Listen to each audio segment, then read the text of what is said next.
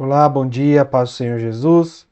Como é que estão todos vocês nessa manhã de domingo? Paz do Senhor, que você possa aprender e ser ricamente abençoado com essa aula de hoje. Friozinho chegou, os lábios estão um pouquinho rachados, então eu vou ficar meio mecânico. Então, quando eu abro muita boca, a rachadura aqui dói um pouquinho, tá bom? Então vamos lá. Hoje nós vamos falar a respeito da saída de Noé da arca e de tudo aquilo que aconteceu nesse intervalo. Vamos estudar o capítulo 8 de Gênesis na sua totalidade hoje. Vamos tentar, né? Vamos ver se a gente consegue avançar em tudo isso e para que a gente de fato extraia tudo aquilo que o texto tem para nós nessa manhã, ok? Antes de mais nada, onde você está aí, feche seus olhos, vamos orar, colocar esse tempo na presença do Senhor em nome de Jesus, tá bom? Senhor Deus, muito obrigado, Pai, porque o Senhor tem nos abençoado, o Senhor tem sido fiel conosco e nós somos gratos por tudo que o Senhor é e tem sido a cada um de nós, Senhor. Que nessa manhã, o teu povo, todos aqueles que estão aqui, Senhor, ouvindo esta aula, que eles possam, em nome de Jesus, serem transformados, serem abençoados e serem confrontados pela tua palavra. Que eu seja somente o canal e que o teu Santo Espírito faça, Senhor, a alteração, a mudança no coração de cada um, que nós não temos esse poder, Senhor. Muito obrigado, esteja conosco, leva o nosso pensamento cativo ao Senhor e que tudo isso seja para a honra, glória e louvor do teu nome, em nome de Jesus. Amém, amém e amém. Bom, Gênesis capítulo 8, nós vamos ler do versículo 1 até o versículo 22. Diz assim a palavra do Senhor. Então Deus se lembrou de Noé e todos os animais selvagens e de todos os animais domésticos que estavam com ele na arca. E Deus fez soprar um vento sobre a terra e as águas começaram a baixar. Fecharam-se as fontes do abismo e também as comportas do céu, e a chuva do céu se deteve. As águas iam escoando continuamente da face da terra, e ao fim de 150 dias as águas tinham baixado. No dia 17 do sétimo mês, a arca repousou sobre as montanhas do Ararat, e as águas continuaram a baixar até o 10º mês. No primeiro dia desse mês apareceram os picos das montanhas. 40 dias depois, Noé abriu a janela que tinha feito na arca e soltou um corvo, o qual, tendo saído, ia e voltava, até que se secaram as águas sobre a terra. Verso 8. Depois, Noé soltou uma pomba para ver se a água já tinha diminuído sobre a superfície da terra.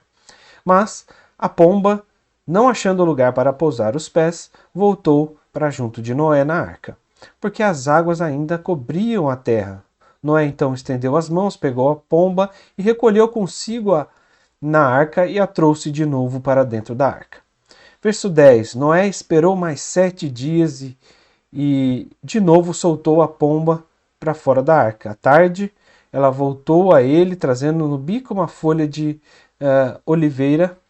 E assim, Noé entendeu que as águas estavam baixando sobre a terra. Esperou mais 7 dias, então, e de novo soltou a pomba. Ela, porém, já não voltou mais para ele. Aconteceu que no primeiro dia do primeiro mês do ano 601, as águas que estavam sobre a terra secaram. Então Noé removeu a cobertura da arca e olhou, e eis que o solo estava enxuto. E eis que 27 dias do segundo mês a terra estava seca. Então disse Deus a Noé: saia da arca, você, sua mulher, os seus filhos e as mulheres dos seus filhos. Faça sair também todos os animais que estão com vocês, tanto as aves quanto o gado, todo animal que rasteja sobre a terra, para que povoem a terra e sejam fecundos e se multipliquem. Verso 19. Também saíram da arca todos os animais que rastejam, todas as aves, tudo que se move sobre a terra, segundo as suas famílias. Noé levantou um altar ao Senhor e, tomando de Deus de animais puros e de aves puras, ofereceu holocausto sobre o altar. E o Senhor aspirou o aroma agradável e disse consigo mesmo: nunca mais vou amaldiçoar a terra por causa das pessoas, porque é mau o desígnio íntimo do ser humano desde a sua mocidade. Também nunca mais vou destruir todos os seres vivos, como fiz dessa vez. Verso 22.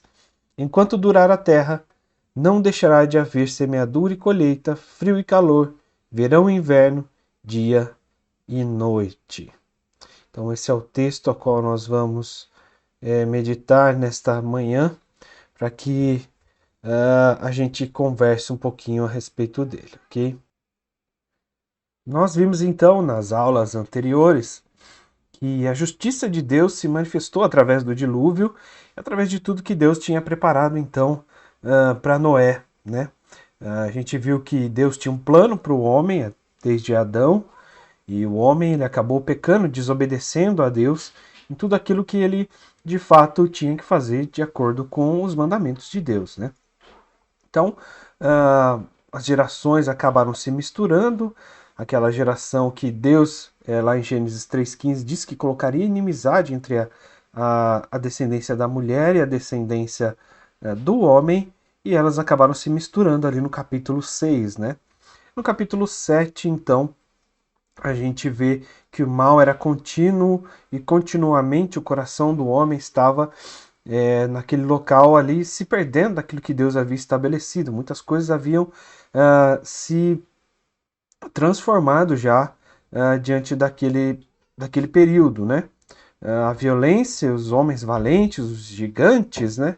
Conforme a gente tinha falado ali em capítulo 6 de Gênesis, eles imperavam sobre a terra, a nação santa da geração vinda de Sete havia se misturado com a geração, os descendentes de Caim, que haviam sido expulsos da presença de Deus, que eram impuros segundo os olhos do Senhor, e ali eles implantam a violência, né?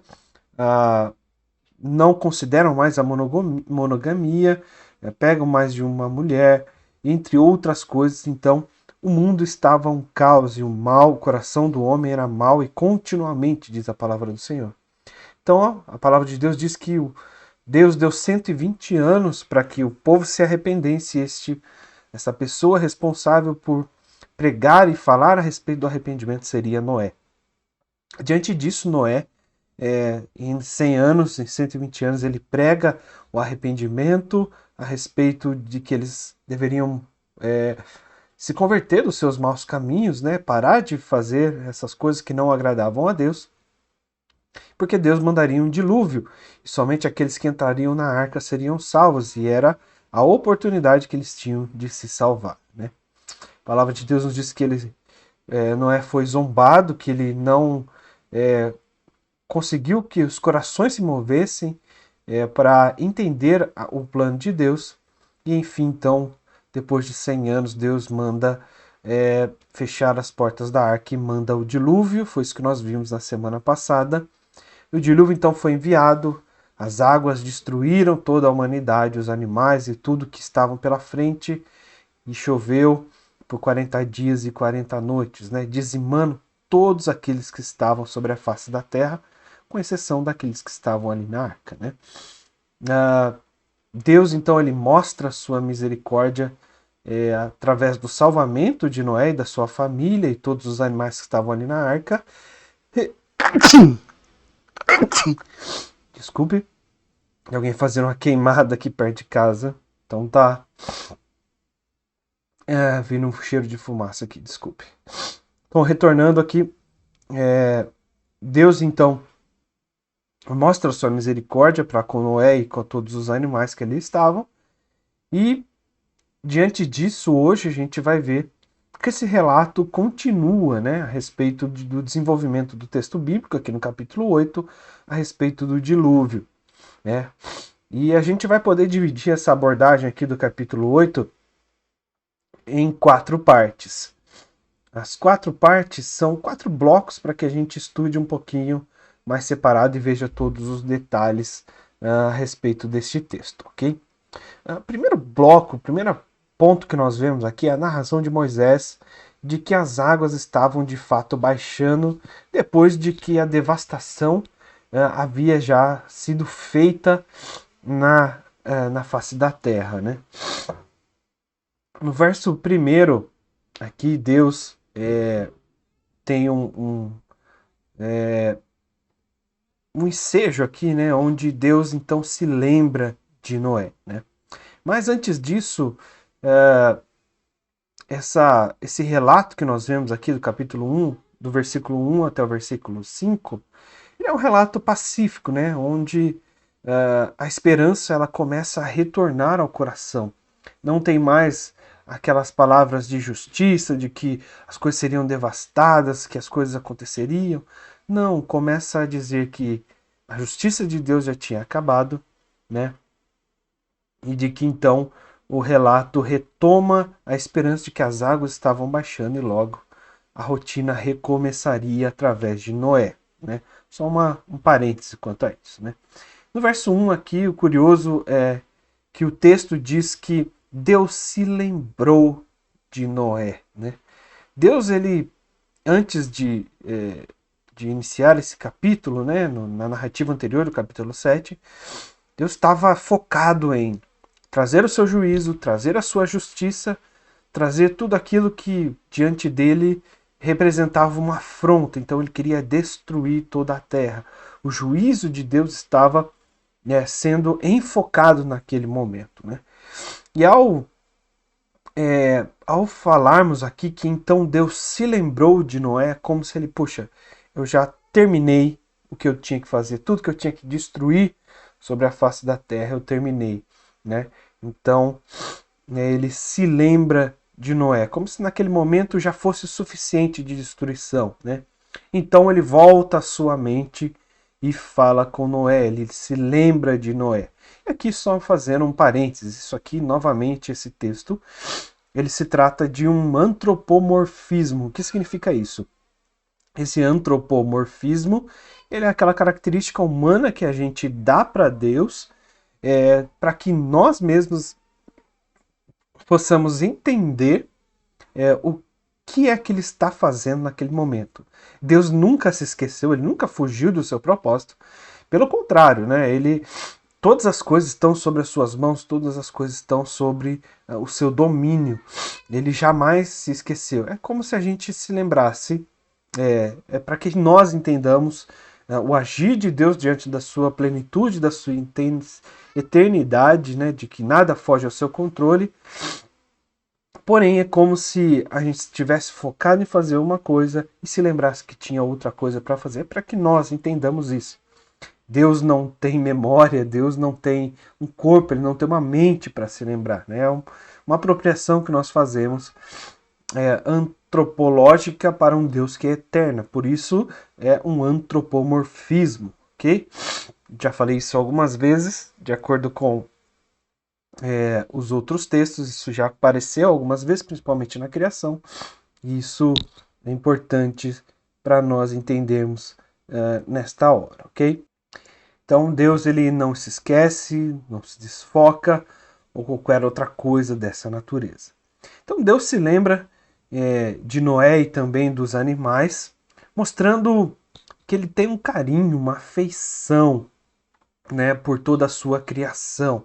Porque a palavra fala que então Deus se lembrou de Noé, mas não apenas de Noé, mas também de todos os animais selvagens que estavam com ele na arca. Ou seja, tudo que estava com Noé na arca, Deus se lembrou. Ou seja, ele tem um carinho pela sua criação, tanto os seres humanos quanto os seus animais. Ele tem uma afeição por tudo isso. Então a criação ela não era descartável, ela não era inútil, ela não tinha...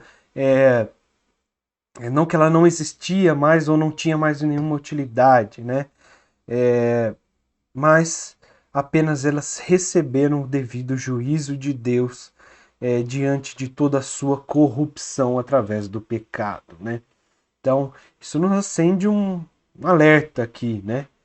Que Deus, ele é misericordioso, ele é criador, ele é poderoso, mas quando seu juízo vem, ele é justo, né?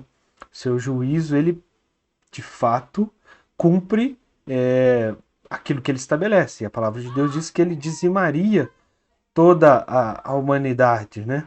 E a humanidade então foi dizimada pela ordem do Senhor através do dilúvio, Então isso é importante, que muitas vezes nós olhamos para Deus misericórdia, e de fato Ele é, mas nós vamos ver daqui para frente que nos aguarda o juízo de Deus, né? Ele foi protelado, ele não é imediato. Aqui durou 10 gerações, nós vamos falar um pouquinho a respeito disso. Porque Deus decidiu não mais destruir todo o planeta, né? Novamente, como juízo da sua palavra. Pelo contrário, agora ele faz um pacto aqui no final, no verso 22, de que ele não faria mais isso, né? Então nós vamos ver isso um pouquinho mais para frente. Mas continuando aqui, as águas então elas começam a baixar, e o primeiro elemento para isso acontecer, a palavra de Deus diz que Deus fez soprar um vento sobre a terra e as águas começaram a baixar. No finalzinho do versículo 1 ali tem esse vento que sopra, né? Da mesma forma que nós podemos ver o relato de Êxodo, quando o Mar Vermelho se abriu, a palavra de Deus nos diz que Deus fez soprar um vento que abriu o Mar Vermelho. É a ação de Deus sobre a natureza, né? Ele faz soprar o vento para que a natureza obedeça ao seu comando, né? Então, Deus fez soprar e o mar se abre, Deus fez soprar e a água então começa a baixar, né? Deus poderia fazer de qualquer forma, né? A palavra de Deus nos diz que ele criou todo o universo através da sua palavra e disse Deus, né? A palavra no capítulo 1 de Gênesis 1 e 2, nós podemos ver que é exatamente isso que acontece, né? E disse Deus que faça isso, faça aquilo, e todas as coisas foram criadas. Nós vemos isso na palavra de Deus. Então, nós concebemos que Deus tem poder para dar ordem à criação e ela se obedecer, mas Deus escolhe algo que ele mesmo criou, um elemento da natureza, o vento, para que sopre e dê continuidade ao plano que ele havia estabelecido da sua justiça, né? Deus poderia ter feito apenas com uma palavra, né?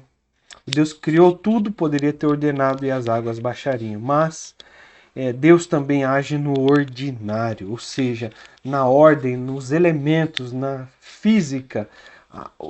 Todo o universo ele segue as suas leis, e essas leis são autônomas, né? E foi Deus quem as criou, e por isso que existe uma ciência, existe uma constante, existe algo que Deus estabeleceu para que acontecesse naturalmente. E não é porque Deus não há nenhuma uma faceta ativa que ele deixou de agir, né? Pelo contrário, Deus ele age pelo ordinário, pelas suas próprias leis, que ele mesmo criou, né? As leis da natureza. Da mesma forma, os milagres, né? Os milagres são o operar de Deus de uma forma sobrenatural, mas ele não é o agir normal de Deus, é o agir extraordinário, né? Não quer dizer que Deus age apenas quando há um milagre. É por isso que nós temos tranquilidade de hoje ir ao médico, de ir a uma medicina, tomar um remédio, saber que aquilo vai nos melhorar, e nós não estamos negando quem é Deus na nossa vida, ou muito menos nos precaver de algumas coisas, ou tomar uma vacina, ou qualquer outra coisa nesse sentido. Né? Porque nós acreditamos que aquilo que é de Deus também é ordinário. E através do estudo deste ordinário, das leis do universo, as pessoas glorificam a Deus com essas descobertas e Deus age através dos remédios e de todas as outras coisas, ok? Então não é pecado da nossa parte glorificar a Deus pelo remédio, pela medicina, pela vacina ou qualquer outra coisa ordinária que seja, né? Os milagres, eles existem, né? Mas ele os faz, mas Deus também opera pelas suas leis, pelo ordinário, e nós devemos ficar muito atentos a isso e sermos gratos pelo cuidado do Senhor sobre as nossas vidas através do ordinário, né? Nós temos o ar para respirar, existe a planta que faz a fotossíntese, que purifica o ar, pega o gás carbônico, transfere oxigênio, há uma camada de ozônio, há um sol que nos aquece. Tudo isso é ordinário e nem por isso deixa de manifestar a glória de Deus, ok? E aí então, verso 2, a palavra de Deus diz que em seguida Deus fecha as fontes das águas, ou seja, as águas de cima e as águas de baixo, elas cessam, e a palavra de Deus diz que as comportas dos céus se fecham, né? As fontes do abismo e a chuva do céu se deteve. Foi então que começou a baixar as águas, né? A palavra de Deus, verso 3, diz que as águas iam escoando continuamente sobre a face da terra. Ao fim de 150 dias, elas tinham baixado então. Né? Após 150 dias, o dilúvio escoou as águas e todo o dilúvio havia sido desfeito, ou seja, as águas tomaram seu rumo e toda a face da terra estava destruída. Né? A arca, então, a palavra de Deus diz que repousou no Monte Ararat. No dia 17 do 7º mês, a arca repousou sobre as montanhas do Monte Ararat. Afinal, a palavra de Deus diz que a sua palavra em si, aplicando isso para a nossa vida, né? Deus ele não nos prometeu uma viagem tranquila. Se nós formos analisar toda a parte de que Noé teve que fazer e toda a afronta que ele recebeu diante de todas as coisas, nós podemos ver que de fato Noé ele não foi tranquila a sua jornada, né?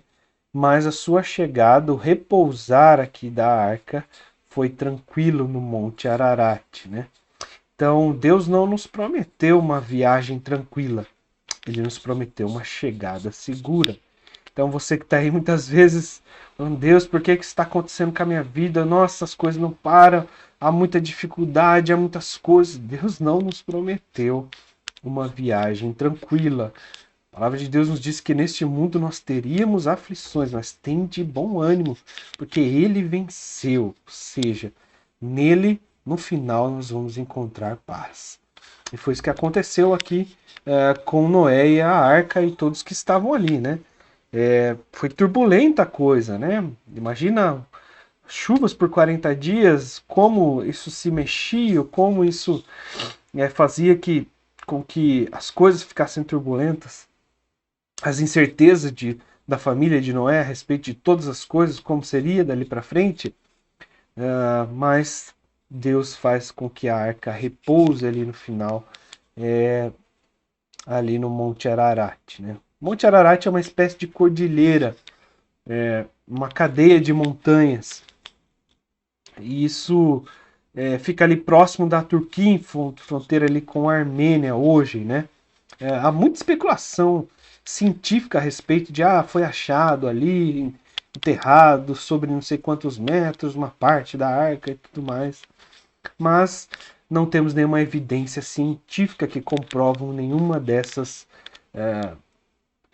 achados ou ditos arqueológicos a respeito da Arca de Noé. O que nós sabemos de fato é que ela sucumbiu com o tempo e que hoje é impossível nós localizarmos qualquer vestígio a respeito da arca. Né?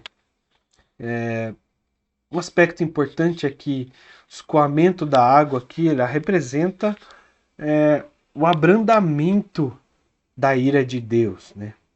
Seu furor ele foi derramado, sua justiça foi feita e agora a ira de Deus já tinha se manifesto e tinha a água escoado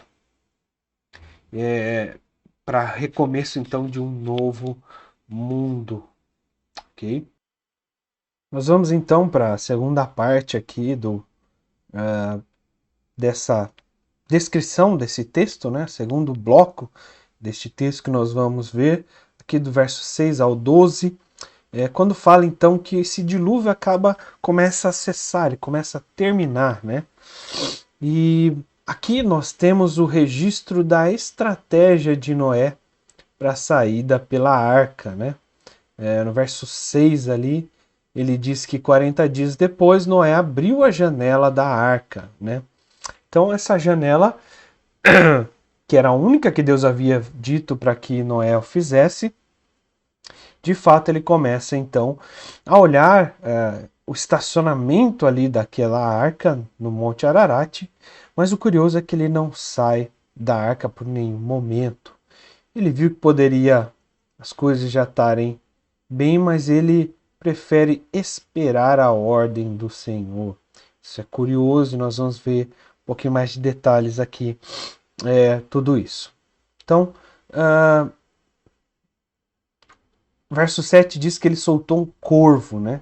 O qual, tendo saído, ia e voltava até que se secaram as águas sobre a terra. O que isso quer dizer, né? O corvo ele é um animal imundo, ele se alimenta de carniça, de carne, né? Então, possivelmente, o corvo ele foi até algum lugar, se alimentou de corpos, de dejetos, de alguma coisa que estava ali, desculpe, sobre a face da terra, de toda aquela matança e extermínio que tinha a respeito de todo o extermínio que Deus havia feito através do dilúvio, né? Não podemos ser aqui puritanos em ver que, de fato, Deus havia decretado seu juízo e matado todas as coisas que ali estavam, né? Então, havia cadáveres boiando ali, com certeza, e o corvo deve ter se alimentado e pousado ali sobre ele. E aqui nós podemos ver esse corvo, né? A palavra de Deus diz que eles iam e voltavam. Algumas outras traduções diz que eles rodeavam a arca. O que isso quer dizer? Que eles estavam procurando um lugar de fato em que as águas ainda não tinham descido o suficiente, né? E Deus, aqui nós podemos ver, fazer um recorte, que Deus disse a Noé que 7 dias antes, quando o dilúvio ia começar. Mas, e aí Noé entra na arca com a sua família, coloca os animais tudo para dentro. Mas Deus em nenhum momento fala para Noé em que momento o dilúvio vai terminar. Ele não dá esse dado para Noé, né? Seria um teste de paciência ali com Noé, né? Ele precisou ter fé para entrar na arca e precisaria de fé para esperar a ordem de Deus para de fato sair ali da arca, né? Então Noé abre, manda o corno, a ave imunda, como eu já disse, né? O objetivo era saber se a água já estava seca, se a terra já estava seca, se a água está seca, não, né? Ou se a terra já estava habitável, né? Algumas tradições dizem que eles ficavam de fato circundando, esperando que a água secasse. E algum tempo depois, então, ele solta uma pomba, uma ave limpa. O propósito do texto ele está muito claro aqui que Noé está articulando uma saída para a arca. Ele está investigando o terreno para que de fato ver se ele poderia mesmo entrar ou não, sair ou não da arca a respeito de tudo aquilo que estava acontecendo à sua volta. Afinal, ele estava no monte e não sabia se nos vales ou em terra plana como é que estava esta água, né? Solta então uma pomba e o propósito do texto estava muito claro, para ver se a água havia baixado, se a terra estava seca, né? Então, esse processo ele acontece aqui com Noé em 3 etapas, né? Versículo 8 e 9 vai falar que ele solta uma pomba, né? Versículo 8 diz assim, 8 e 9. Depois Noé soltou uma pomba para ver se a água já tinha diminuído na superfície da terra, mas a pomba, não achando lugar para pousar os pés, juntou de novo a Noé na arca, porque as águas ainda cobriam a terra, e Noé, estendendo a sua mão, recolheu e colocou de novo para dentro da arca, né? Então a pomba volta porque não tinha nenhum local para pousar. Diferente do corvo, possivelmente, que pousava sobre o cadáver e se alimentava, a pomba não fazia isso. Ela não tinha um lugar, uma árvore para se, de fato, se alimentar, né? Então a pomba, ela não se alimentava, não tinha contato com esses cadáveres e de fato ela começou a pensar, não posso dizer que a pomba pensou, né? Mas a pomba então ela retornou para a arca, diz a palavra do Senhor aqui, né? Porque não havia encontrado nenhum lugar para pousar, né? Então Noé se estende as suas mãos e a recolhe aqui para de fato fazer essa nova tentativa alguns dias mais tarde, né? O segundo ponto aqui, a segunda fase, né, de que Noé faz esse processo de verificar se a terra já estava seca ou não, né? 7 dias depois, solta novamente a pomba, verso 10 e 11, vai nos dar um pouquinho a dimensão a respeito de como é que Noé faz tudo isso, né? A palavra de Deus diz assim, verso 10. Noé esperou mais 7 dias, de novo, e soltou a pomba fora da arca. À tarde, ela voltou a ele, trazendo um bico, uma folha de oliveira. Assim, Noé entendeu que as águas tinham baixado sobre a terra, né? A pomba volta de tarde, né, com um ramo de oliveira. Oliveira ela é uma árvore baixa, né, uma árvore próxima do solo. Então, ou seja, por isso que Noé entendeu que a água havia baixado o suficiente para que a copa dessa árvore já aparecesse, pois havia um ramo dele já no bico daquela pomba, né? Então isso é importante, representa que a água já havia baixado o suficiente para a terra começar a produzir novamente, né? E aí então, verso 11, se eu não me engano, 12? 12. E esperou mais 7 dias e de novo soltou a pomba, ela porém não voltou mais, né? Noé solta novamente a pomba para ver como que estava então a terra. E então as águas já haviam baixado. Noé, porém, ele não sai da arca, pois ele estava aguardando Deus dar a ordem, o seu mandamento, para que ele saísse ali da arca diante da ordem de Deus, né? Deus então ele testa a fé de Noé ainda mais diante da arca ali, né? Mesmo ele sabendo que podia sair, Deus ainda não deu a ordem. Noé ele não se precipitou, né? Cuidado nesse processo que nós precisamos ter aqui, tanto de Noé, da saída da arca e todos os animais aqui, é que nós não devemos alegorizar o texto, ou seja, de fato ele soltou uma pomba, de fato ele fez essas coisas, não é uma alegoria, não é uma representação, né?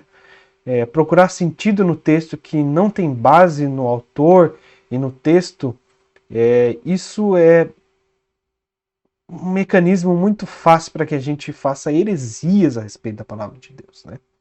Então, muitos colocam aqui elementos de que a pomba representa o Espírito Santo, o ramo de oliveira representa isso, 7 dias depois representa o número disso, daquilo. Moisés não nos dá nenhuma pista e nós não encontramos nada que afirme qualquer uma das hipóteses alegóricas aqui diante desse texto.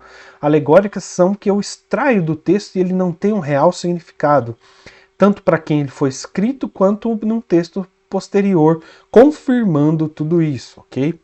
Então nós não devemos cair nesse erro, nós não devemos cair nesse engano de extrair coisas do texto que ele não diz, né? Esse texto estava sendo escrito ali para o povo de Israel que haveria de conquistar a terra prometida, para que eles soubessem daquilo que aconteceu com algum propósito, algum simbolismo, algumas relações tinham com a cultura e com tudo que eles viveram, mas neste texto em específico não há nada, é apenas um fato, um relato histórico aqui daquilo que aconteceu, ok?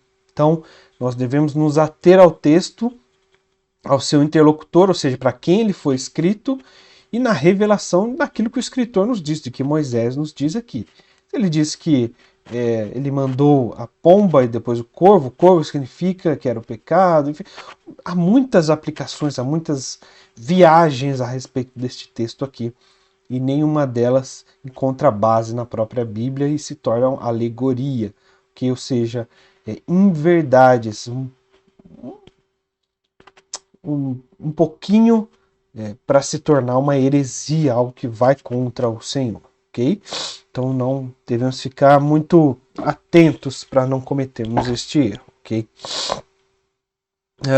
Quero pedir desculpa porque alguém está queimando alguma coisa, minha janela estava aberta aqui, até me levantei, já fechei, mas o cheiro de fumaça está grande aqui, meu nariz começou a escorrer, comecei a ficar alérgico, mas eu vou conseguir até o final, se Deus assim permitir, minha voz vai conseguir, tá bom?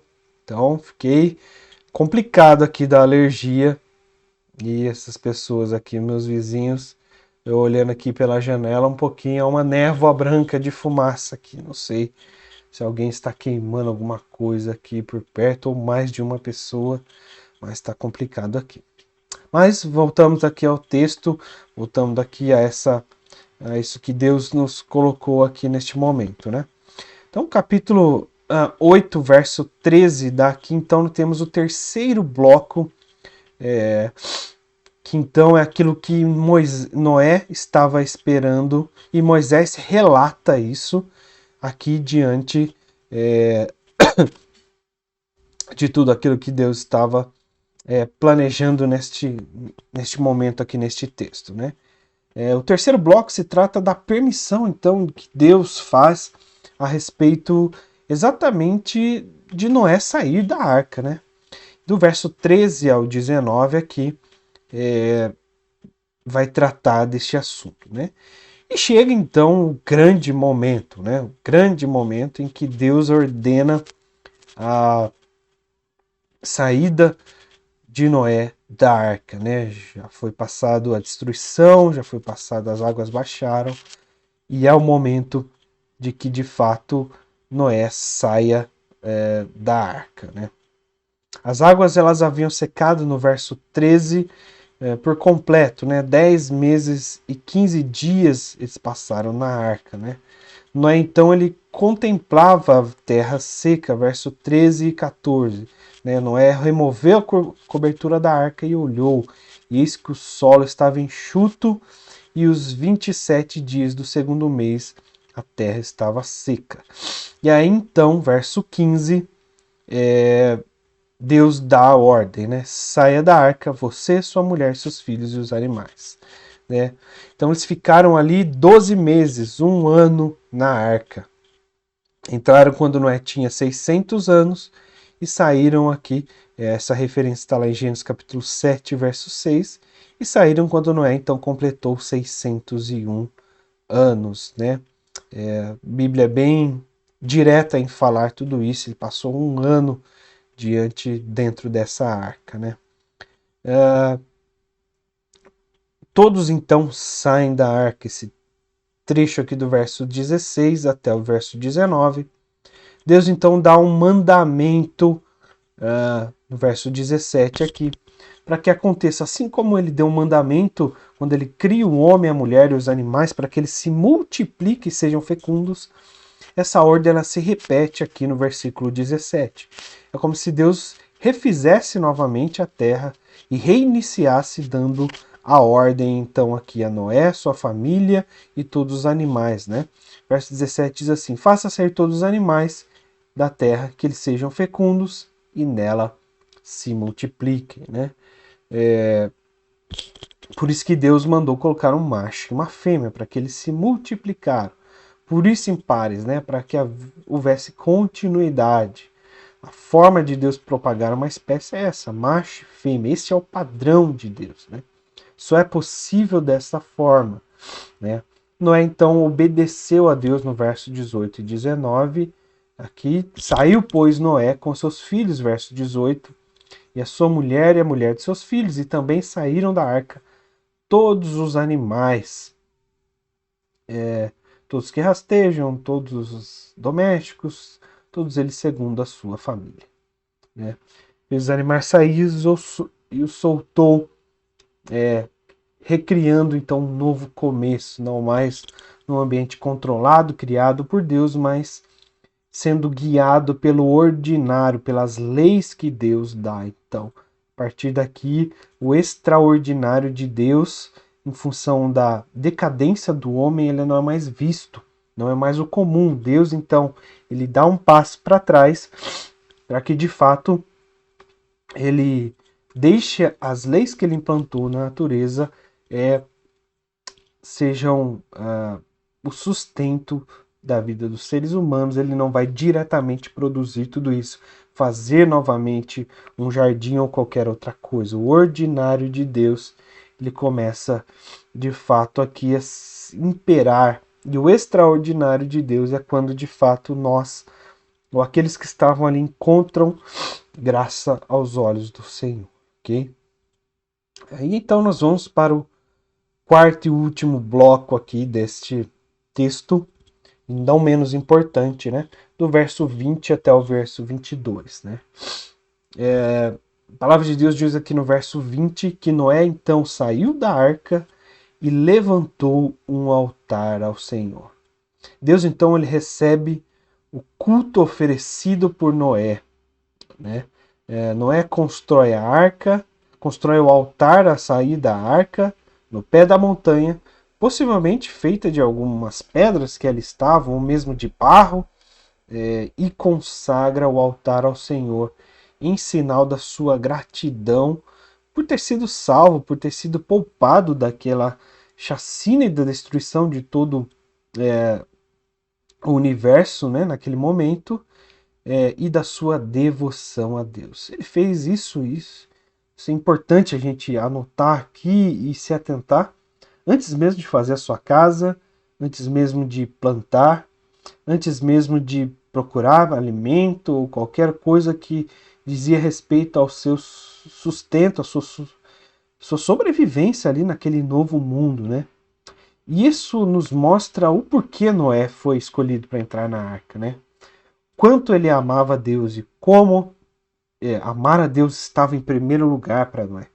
Então, quanto ele sabia que era importante fazer aquele culto, agradecer e oferecer sacrifícios ao Senhor, né?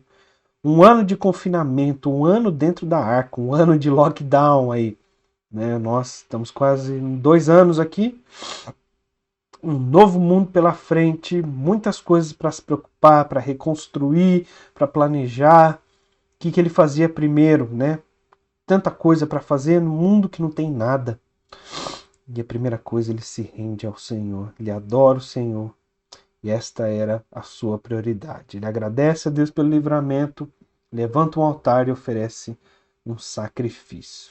Verso 20 diz que ele pegou um dos animais puros e das aves puras e ofereceu um holocausto sobre o altar. E que é importante dizer que o holocausto aparece, essa palavra holocausto aparece na Bíblia aqui pela primeira vez neste trecho aqui, né? Claro que mais para frente Moisés vai definir isso lá no Decálogo, né? Possivelmente já era uma prática do povo de Deus, esse holocausto. E de fato aqui aparece na Bíblia e isso é definido pela lei. E nós vemos pela lei que existiam 2 tipos de sacrifício, né? Primeiro era o sacrifício onde o animal ele era ferido, era morto, né? Cortado, né? Depois de morto.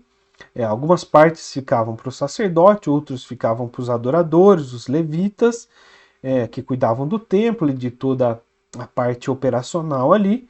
E as melhores partes eram queimadas e oferecidas ao Senhor, né?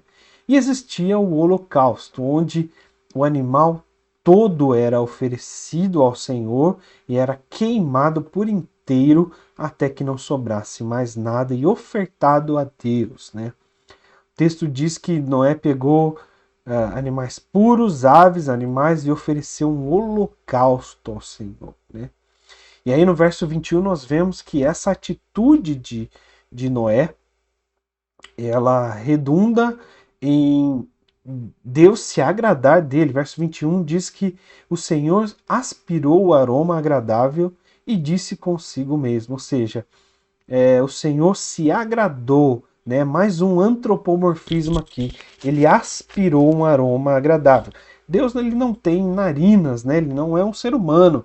Ele é um ser eterno, ele é espírito, né? Mas Moisés, por revelação, acaba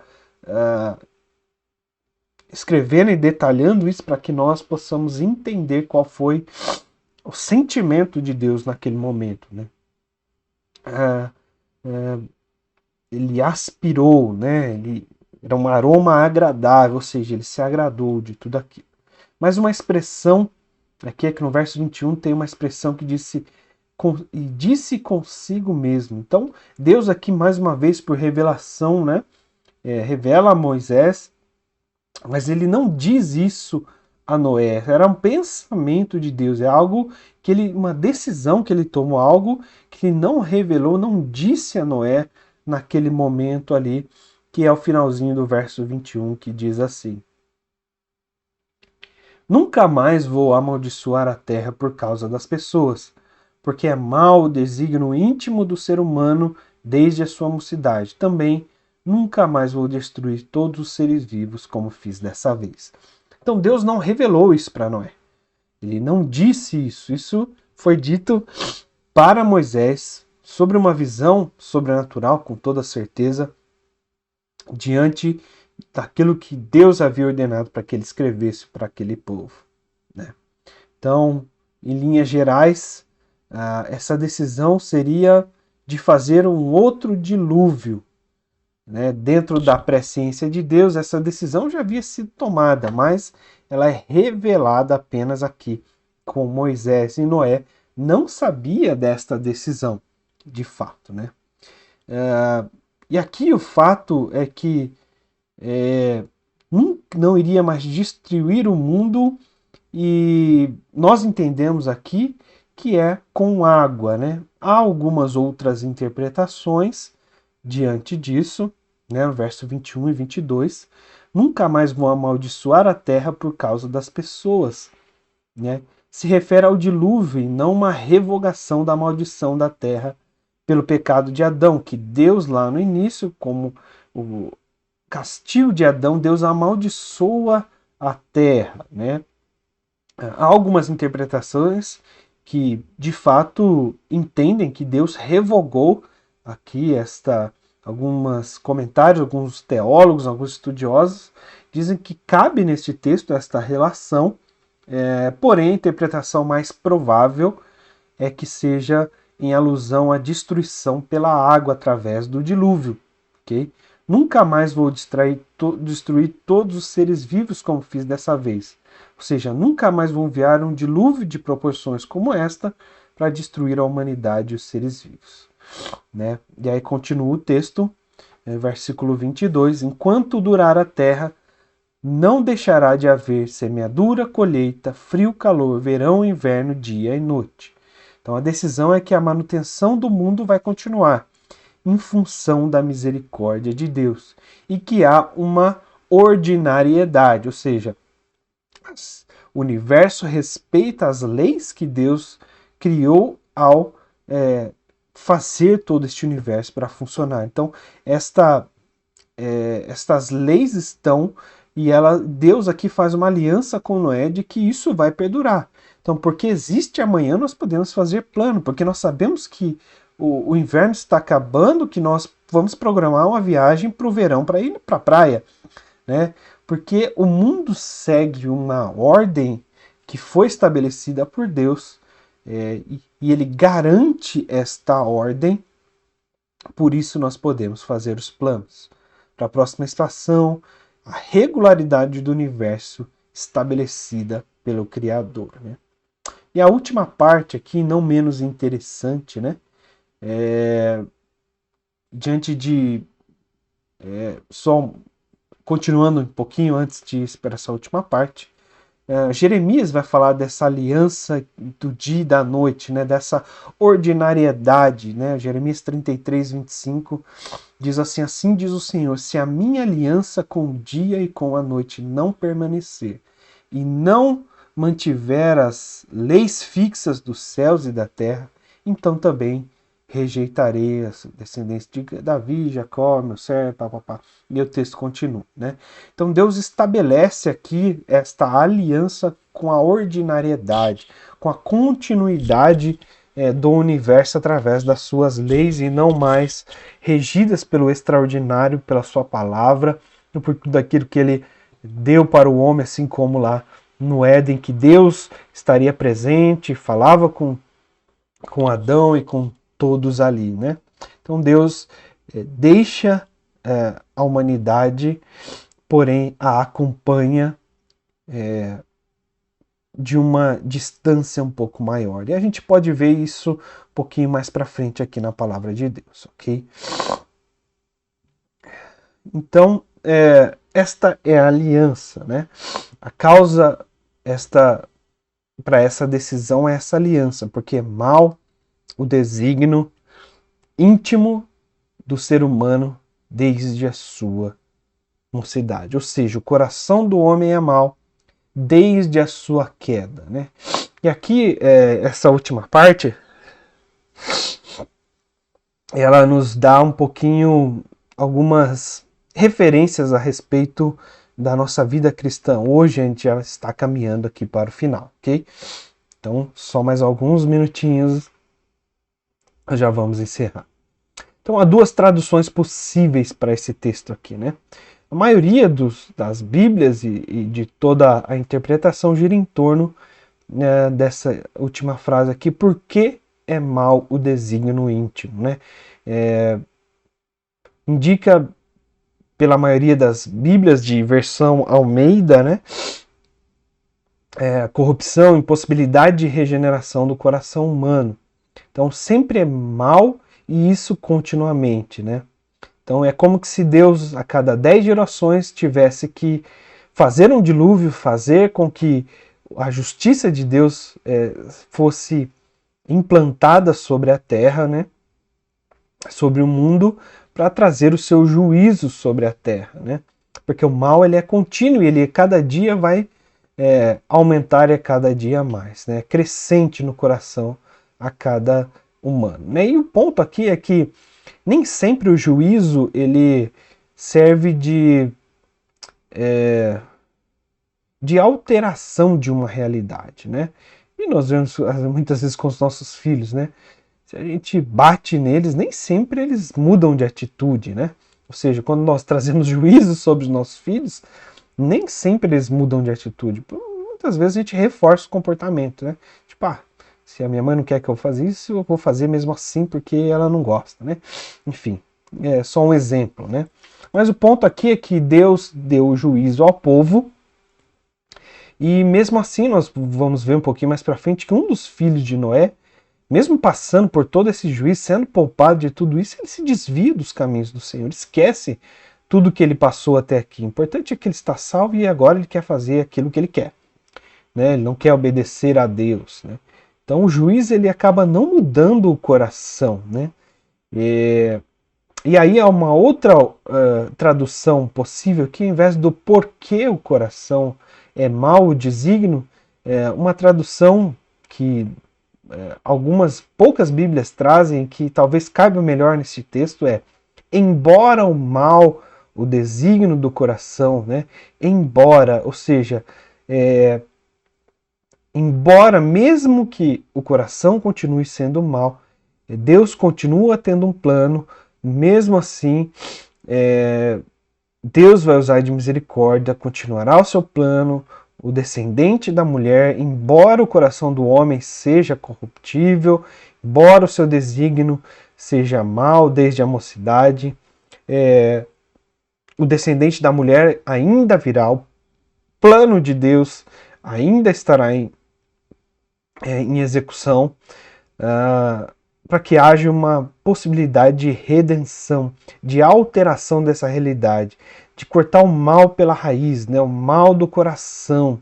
E o juízo muitas vezes não resolve este mal, apenas o Filho de Deus pode resolver o mal deste coraçãozão aqui, o meu, o seu, dos nossos filhos, das nossas vontades, de tudo aquilo que envolve a humanidade ao nosso redor, né? Isso com base no Romanos, capítulo 3, de 22 a 26, 2 Pedro, capítulo 3, verso 7. O juízo, ele, a partir daqui, ele não é algo que traz mudança no coração do homem. É como se Deus segurasse este juízo até o fim dos tempos, né? Então isso nos traz um alerta, né? Há um alerta aqui. Deus não vai destruir a terra enquanto nós estamos aqui, mas aquele que não se dobrar e quando o juízo de Deus vir, ele atingirá todos que não se dobraram a ele, né? O juízo vai vir para todo aquele que não se rendeu. Todos aqueles sofrerão o juízo, assim como todo o mundo sofreu o juízo e apenas Noé foi poupado. Se nós não entrarmos na arca, na presença de Deus, nesses dias, quando o juízo de Deus vier, nós seremos destruídos. Este é o nosso medo muitas vezes, né? Mas que isso não norteie o teu coração, que isso seja de impulso para entender de que, de fato, tudo que nós temos nesta vida foi o Senhor que nos deu. Se nós temos uma vida boa, tranquila, foi porque Ele nos deu privilégio. Nós não devemos desfrutar dessa vida como se não houvesse amanhã, né? Eu vou gastar todo o dinheiro, construir casa, carros. Não que isso seja pecado, mas que a prioridade da nossa vida seja assim como Noé quando saiu da arca. Ele tinha o mundo todo para reconstruir. Ele começou reconstruindo o altar. O altar do coração dele. Não era imperfeito, nós vamos ver, talvez na próxima aula, que ele plantou a vinha, se embriagou, amaldiçoou seu filho. Noé também era um pecador, mas ele achou graça nos olhos do Senhor e foi salvo de toda a humanidade. Que assim nós sejamos também. Nós possamos nos render a Cristo e de fato Ele possa preencher o vazio do nosso coração, porque é tudo o que importa. Amém? Deus abençoe.